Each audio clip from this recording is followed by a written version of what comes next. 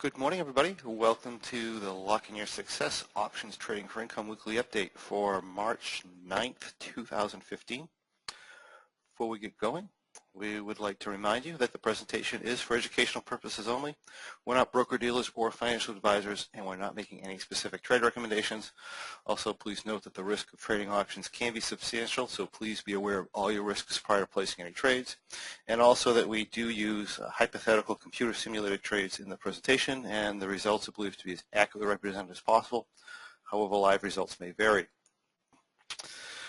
If you're watching this on YouTube or some other venue, come on over our website, check out our programs, the M3, the Bearish Butterfly, the Locke, M21, and Trading Triangle programs, and become part of our inner circle by joining our mailing list at lockingyoursuccess.com. Get your free report, 7 Secrets to Become a Successful Trader, and sign up for this free weekly webinar. And of course, stay tuned for our programs currently in development. We're going to be releasing the SSS, or the Super Simple Spread program next month, and we are right now we've opened the Advanced Position Management Seminar to the general public for May 18th and 19th. You should have gotten an email from me regarding that, and if you didn't, let me know, and we'll get that out to you guys. And of course, we have the Trading Triangle book, the Trading Triangle courses, and the DST early in 2016. So it should be a lot of nice things coming up here. All right, so let's take a look at what's going on in the markets and so forth. Let me just close this out and take a look at the charts. So, last week, we're bullish in general in the markets. However, expecting some sort of a retracement. We got that here in the SPX. This is still a somewhat normal retracement.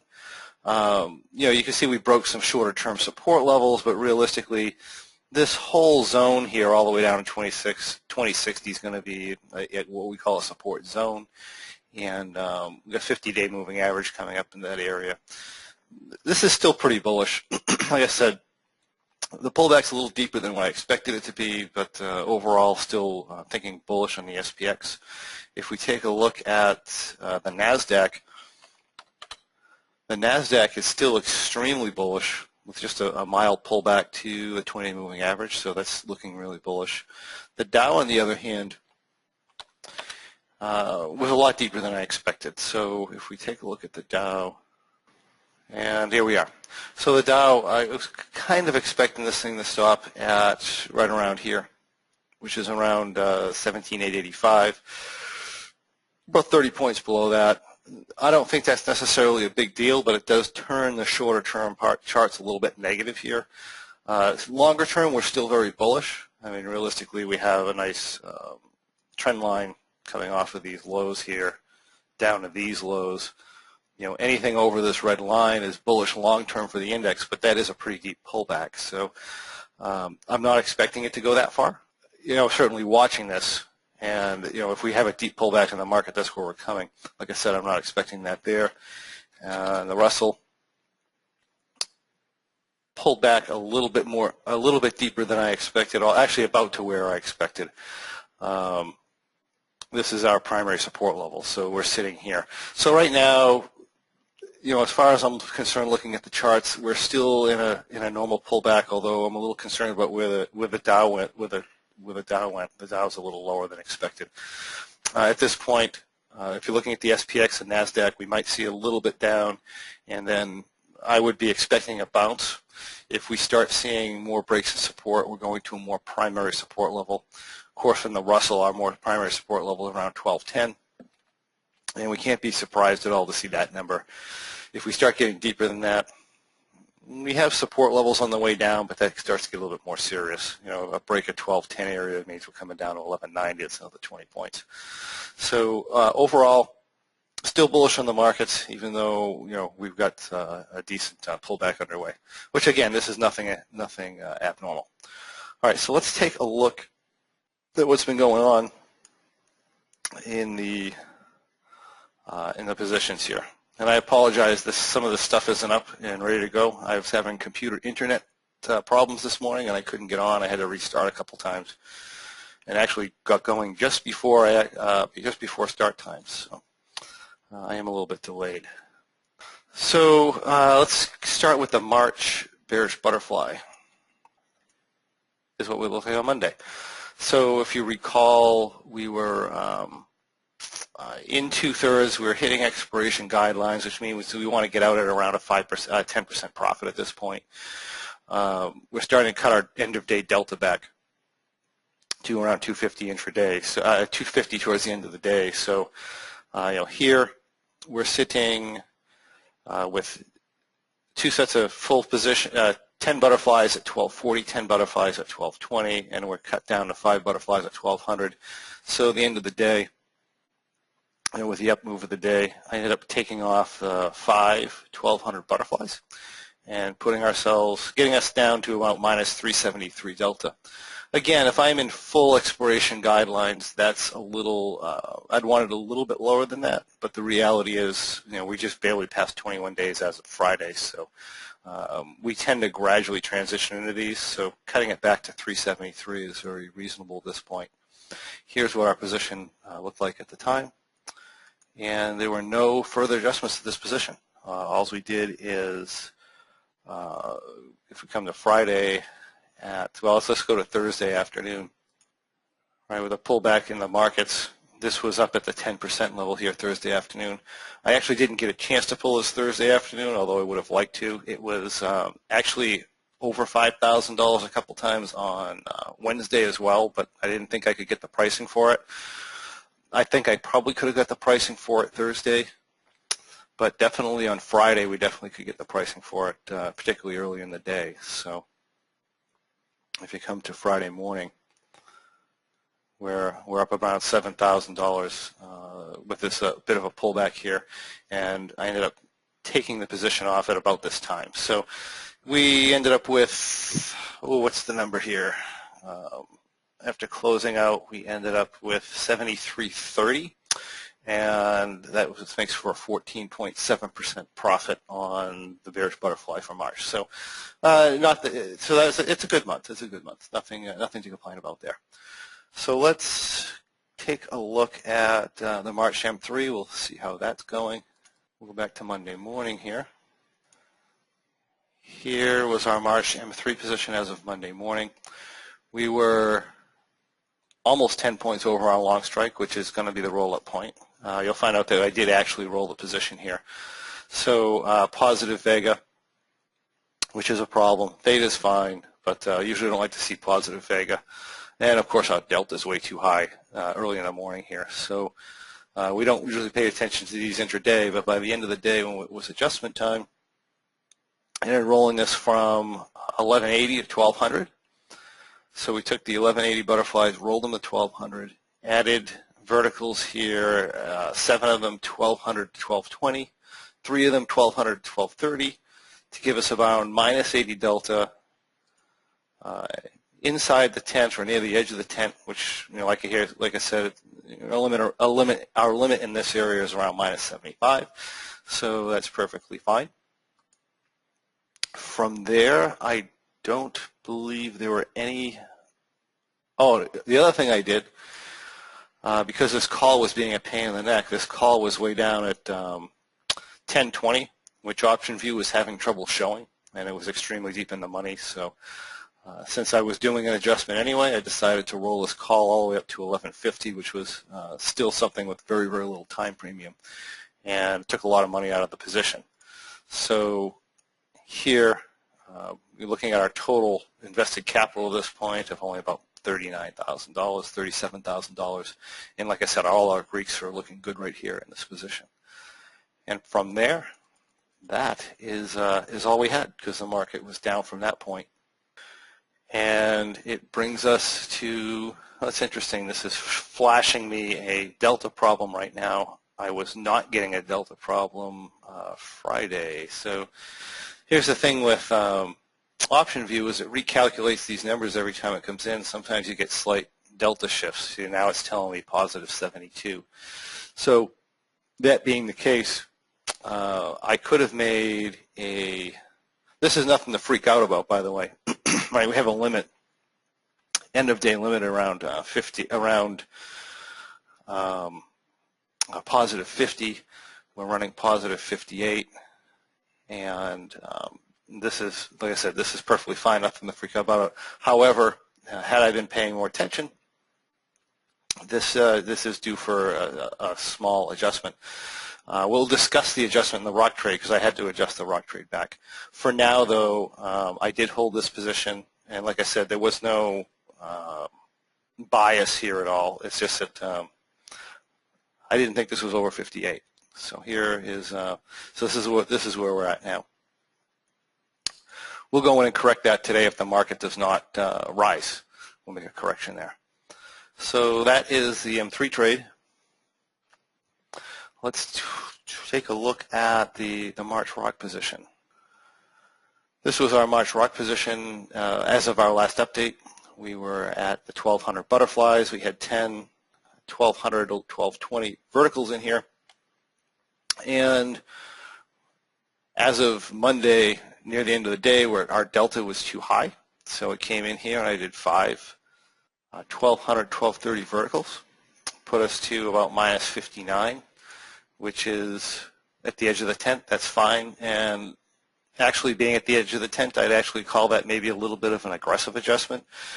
If I had a bigger position size or whatever, I wouldn't have minded doing something a little bit less than that.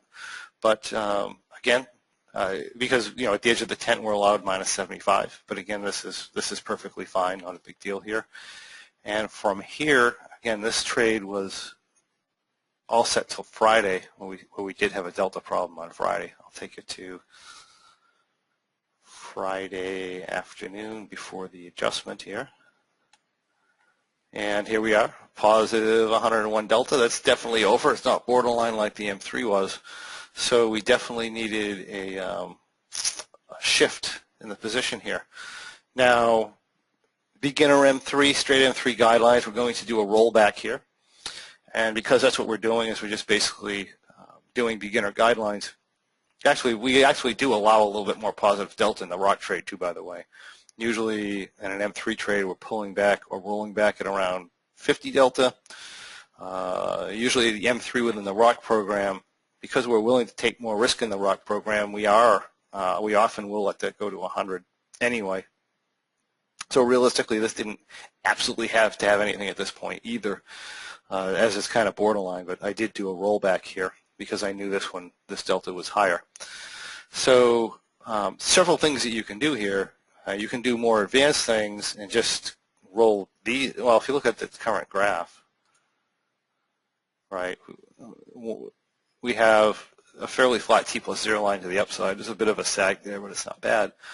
One of the things we could do as an alternative to rolling this whole thing back, and what some people do at times, is they'll do something like this, which is fine to cut your delta way down. Unfortunately, as people found out in January, if you do this, just that, you leave yourself very exposed to the upside when we have the hard reversal. So if you're going to do something like that, you should correct your upside when you make that move. And you can do that by doing something like this and pulling yourself essentially back positive delta again. It takes away a lot of the upside risk here. And again, we could play with this position a little bit more and actually create a really nice flat T plus 0 line to the upside if we wanted to. But as a more advanced M3 trader, I'd be interested, or a more advanced rock trader, I'd be interested in doing something like this rather than doing a whole rollback. But I'm just going to stay with the simple guidelines here and just do a whole rollback. And I'm going to roll this position back 20 points and reposition my verticals so that they're effective. So here I did, you can see we were at the 1200s. Now we have our lower half of the butterfly here down to 1180. We've got 8 1180, 1210 verticals, 2 1180, 1220 verticals, and 10 1230 longs, which would be the rollback move, which looks something like that. So there's benefits and drawbacks to doing either one of these, right? So the first move we showed you here is going to give us much higher theta number, be more on top of the market, It's going to be a little bit more downside risk, but still very reasonable. It's going to be a little bit more upside risk, but still very reasonable. Again, I could fool around with this a little bit more and create my pink T+0 line and get closer and closer to that if I wanted to. But certainly the first move is a lot simpler. And I could certainly do that if I wanted to. The drawback to doing the pink adjustment, which is the one we actually did, is if the market starts to creep up again, we kind of get out here. We're not going to make any more money. But the pink adjustment is the more price protective adjustment in case the volatility really picks up. And the green adjustment is a little bit more of an aggressive adjustment. So either one of those would have been fine. We just did the rollback here. And now we're sitting at positive 18 delta, and this position looks really nice. So that is what we have with that, and I believe that rounds out our March position. So as of right now, oh no, we got the March V Condor. The March V Condor, there were no adjustments to the March V Condor. This position, let me just show you the analyzed graph. There were no changes. So here, here's what we're looking at. We are getting close to the place where we start considering doing something with this V. As of right now, though, everything is fine. And this is the position we're sitting in. We're up about $4,000, I think. Oh, okay, it says we're 14,000. That's not correct. Again, we're having a situation this month where option view is dropping options. So let's go to something more realistic here. What I do when option view does this, or the easiest thing to do, is just to go back in time until it picks it up again, and then move it back forward in time. And this is going to be much more representative of what we really have. So we're up about $4,200, and here's our current position here. We have our straddle in at 1160, and we have our wings here. Now the wings are worth virtually nothing at this point, so we're more in the game of playing with the straddle right now. So if the market comes down, we're just going to remove the straddle, we'll let it expire, or we can close it or whatever. But holding ourselves in a positive theta straddle is pretty nice because our T+0 line tends to be supported, and if the market decides it wants to creep up here, we can get up into this bonus zone. So that's what's cool about this particular trade, is you can do that and make some money that way. So it's kind of neat. And let's see, that rounds out our March positions. So one closed March position. We have the other March positions, which are all in decent shape thus far. Should be profitable unless something really weird happens in the market, and which could occur at any time, of course. But it's looking good. If we go to our April positions, then we have our April Bearish Butterfly, which we'll go back to Monday morning. And let me switch over to the April Bearish Butterfly. This is where we were sitting. We have an add point of over 1240. We've tagged over that intraday. We maybe even touched that near the end of the day at one point earlier in the trade. We decided not to add to it. With a Bearish Butterfly, your adjustment points and add points, they're very, you want to tend to be slow. Being fast isn't usually beneficial in something like that. So I'm just kind of trying to wait this out, because what I'd like to do is I'd like to, for the market, if I'm going to add, I'd like for the market to blow up to the 1250 area and then add my 1240s. And if you remember right, we're due for a delta theta roll here. We've been over our delta theta numbers several times in this trade already.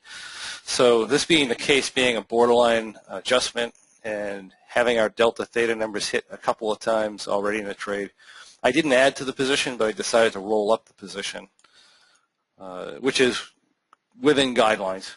So I just took this, I rolled this 20 points. Now if the market continues up when we add, we'll add those 1240s, hopefully get a good price for those and continue to chase the market up. And that was the plan at the time. This brings our delta theta ratio right back down to normal. Of course, that never happened. The market continued. The market just dropped out. So as of Friday, this is what we look like here. With the pullback, we are pretty much at the money here, or just slightly underneath our short strikes. We're still negative delta, and we're at gain loss of about $960. So far this trade's been pretty mild. The market hasn't really been moving around a whole lot. Of course, like I said, if we start pushing over 1240 again, especially a significant move over 1240, definitely want to add our 1240 butterflies in there. So that is the bearish butterfly for April. The other trades we have on is the M3, which as of right now, the April M3 has had no adjustments whatsoever. It was entered here with 12 butterflies and 1 call. We're sitting here, our delta numbers are good, and they were good at the top of the market as well. There was no concerns there. And this is what our position looks like on the analyzed graph. So really nice looking trade here. We are starting to get, as we're getting close to expiration, we're starting to get a sag here in the T+0 line, which we can either fix by just dropping the butterfly size off or moving some verticals around. I would tend to drop some butterflies off, get back to normal size late in the trade, and then continue with verticals later. But as of right now, this is the position here. And last but not least is our April V condor, which has also had no adjustments since the inception of the trade. This is basically up about $869. This is a situation where from the time we put the April trade on, where a regular condor would be doing very well, but the V condor is kind of suppressed in profit and loss because we're just kind of sitting right in the middle of our V here. Obviously, there's not a lot of theta, and we've put this V in to protect ourselves against price movement, and the price movement has not occurred. So there's a cost for that, and that cost is a big difference. If, like I said, a regular condor, it's going to be a lot more sensitive to price movement and draw down a lot more with price movement than a V condor, but the good side or to that trade would be you'd be up a significant amount of money here at this point. So like I said, there's trade-offs and benefits to everything. But that is the V condor. That's all our positions at this point. So do we have any questions this week? That's great. So if there are no questions this week, that's what we have going on. Make sure you catch the, if you're a member of the Options Tribe, we're discussing the now $700,000 live position that we're trading with Options Tribe. And, oh, okay, we have some questions coming in now. So let me, from a previous Monday session, which you said the condors are very sensitive to volatility, but butterflies are not. Very sensitive to volatility. Am I correct what I recorded? If so, could you please explain why? Yeah, I mean, it all has to do, that is true, right? Even though you might have the same volatility number shown on a, even though you may have the same volatility number, Vega number shown on a composite Vega, the reality is when the market shifts around, butterflies are do a lot better than condors when the volatility rises. And the reason for that is just simply you have a, if you look at this, for example, and we take out the V. If you look at that and you take the V out, you know, we have a call spread versus a put spread, right? Both credit spreads. Call spreads do not have, well, how would we put this, as much power as a put spread does, or as much fluctuation in pricing as a put spread does.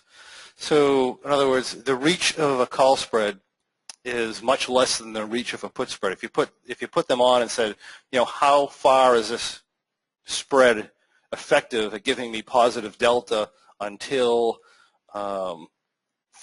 it's no longer effective, if you looked at it by itself, and you mark that number of, you know, X points, and then you took the call spread, and you said how effective is that in delta to the downside, and you would see that it's a lot less. So as you take your call spread and you move it away from your put spread, or you make it smaller in relation to the put spread, it becomes less and less effective at dampening a down move, right? I mean, just taking volatility out of it and looking at it from a straight delta standpoint, it becomes a lot less effective. Plus, the other thing people don't think about is your call spread, even though it's bearish and negative and negative delta, it's also negative vega. So that puts negative vega in your position. So when you take this spread, you bring it closer, it adds more negative vega to the position, but it adds more negative vega, but it also adds more negative delta, or it adds more power to the call side, making it more effective with a down move. So, and that's, I guess, the most simplistic, basic way I can put that is as you spread or reduce the power of this put spread, you become more and more vulnerable to a down move in general, and your volatility number from the call spread is less in the composite number you're getting in volatility on your chart, on your matrix, right? So, part of your thing is how much of this negative vega is made up from the call spread, how much of this negative vega is made up from the put spread, what's the power of the call spread versus the power of the put spread. And when you look at the butterfly and you look at a condor and analyze that, you can see that pretty easily why it's more effective or you're more protected from volatility in a butterfly. So hopefully that helps with that. What's a guideline allowed for you to roll up your April bearish butterfly? If I'm going to roll up, I need a 1.5 to 1 delta theta ratio, which I don't think I am near. I don't think I was even looking at that, to be honest with you, that early in the trade. But if I go with an April butterfly, so if I look at this from an analyzed standpoint, I would need to roll it up, I'd need a 1 to 1 delta theta ratio, which just doesn't really, I mean a 1.5 to 1 delta theta ratio, which quite frankly probably doesn't happen to somewhere after 1250. So there would be really no reason to do anything to this until that point. T-log for the March V Condor. Let me see. March V Condor is here. So that's real simple. It was just an entry with no moves to that. Do I start a V Condor with a shorter strike delta on the call side?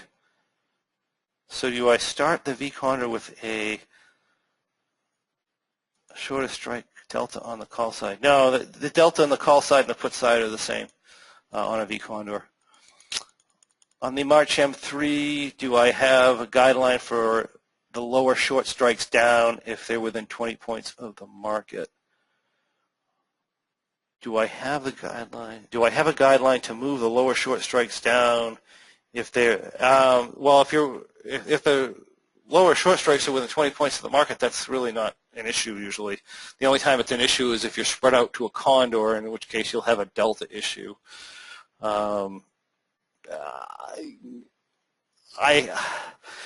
So if that's the case, I would rather, if you look at the rock trade that I showed you, how I rolled that back, if I'm more than 20 points from the short strikes, I would rather roll back. I'd rather roll in the upper wing than roll the whole position back. So hopefully that makes sense. On the March M3, do I have a guideline? Okay, no, that's the same question. Do I see a 3-push ending wedge in the Russell from the October low? All right, yeah, so that's a technical analysis question.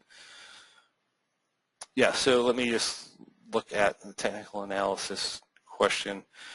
Essentially we had a broadening pattern here, right? This little thing here, which we broke from, which technically we shouldn't have bounced back into, which invalidated that.